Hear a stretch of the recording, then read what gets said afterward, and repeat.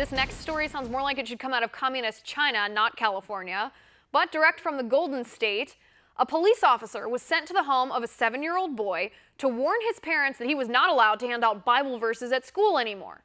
The kid's mom usually put a Bible verse in his lunch every day, and his friends saw it, thought it was cool, and wanted verses of their own. So the mom sent verses with him to share. When the school's administration caught wind of this terrible crime, they banned all Bible verses on school property. They claimed it might offend other students. Take a look. Where you have ignorance of the law, hostility towards Christianity, and a gross abuse of police power, it's our goal to make sure that Caleb's rights are protected, and really to make sure that all of his classmates who have now been instructed improperly on the law will learn what the Constitution actually says about church and state. You have a case here where a whole classroom full of kids know less about citizenship now that the school year is over than they did when the school year began. Joining me now is Executive Director of the Congressional Prayer Caucus Foundation, Lea Carawan. Lea, thanks for being here. Thank you, Liz. Glad to be with you. All right, now the school cited separation of church and state in their decision to ban Bible verses from the school grounds. But Lea, their school, do they not have even a basic understanding that the idea of separation of church and state means that the state cannot mandate a practice of religion or a lack of practice?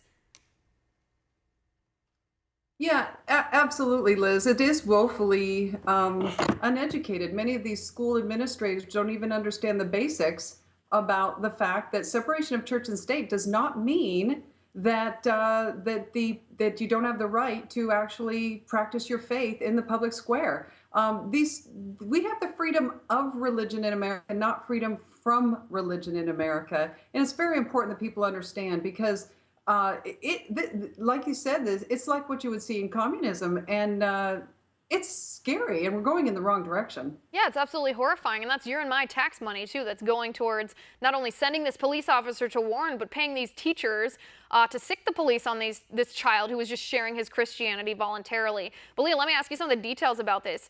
Were there any complaints from the other students about his sharing Bible verses?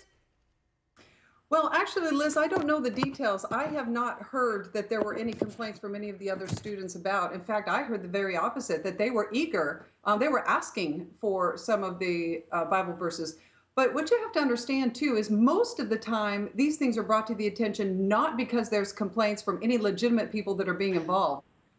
These kinds of attacks are happening because there's a growing number of anti-God activists that are actually stirring up trouble. They're bullying people into believing that separation of church and state actually means that you cannot live out your faith in the public square. That's a misapplication. It's a complete lie, and yet we're buying into it. And so people like this in the school behave in this way. We really have to get back to our First Amendment and understanding what America really stands for, which is protecting our religious freedoms. Right, and to be honest, it actually goes back even further than our First Amendment. The people that founded this country, that came to this country from Europe, they came to practice their religion. And I think you said it best earlier, your phrase, it's freedom of religion, freedom to practice our religion, not freedom from religion.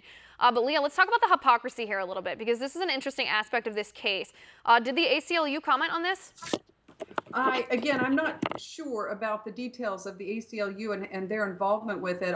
I know that this is happening all the time now. This is happening all across the nation in numerous cases. And what you find almost every time is you have one of the atheist or the secular groups behind this. They're the ones that are stirring up the trouble. They're bullying people. They're threatening lawsuits. And so everybody's afraid. You can imagine these administrators are just afraid that somehow they're going to be the next ones to be named in a lawsuit. That's what's really happening here. This is not organic. This is an aggressive attempt to remove God from our heritage, remove God from the conversation, remove God from our schools, and we really have to take a stand.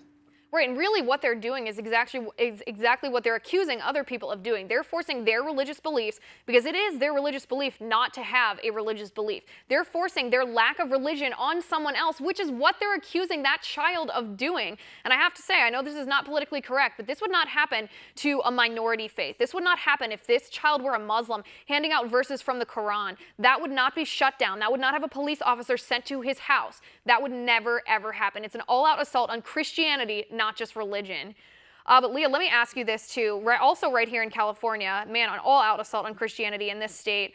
There's a Senate bill here that would allow the state to pull funds from religious colleges and universities if they refuse to accept students of other faiths, if that's the reason that they don't accept the students into their school. That is not again how to practice properly the separation of church and state.